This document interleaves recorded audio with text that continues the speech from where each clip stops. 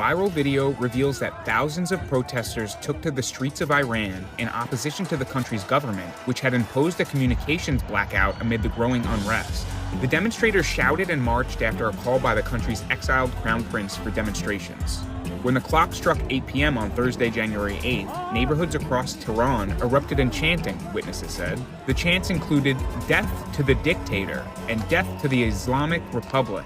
Others praised the Shah, shouting, "This is the last battle. Pahlavi will return." Thousands could be seen on the street before all the communication to Iran cut out.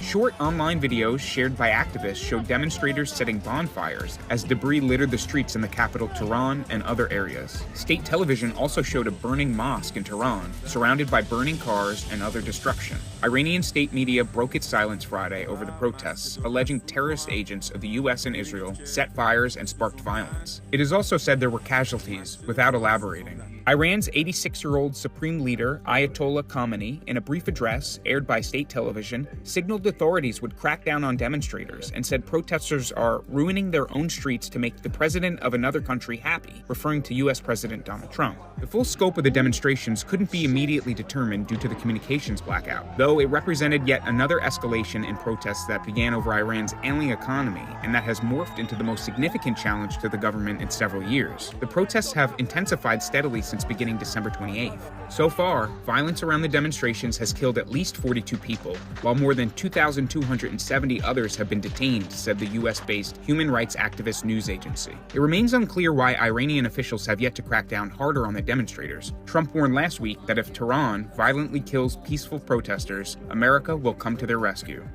If they start killing people like they have in the past,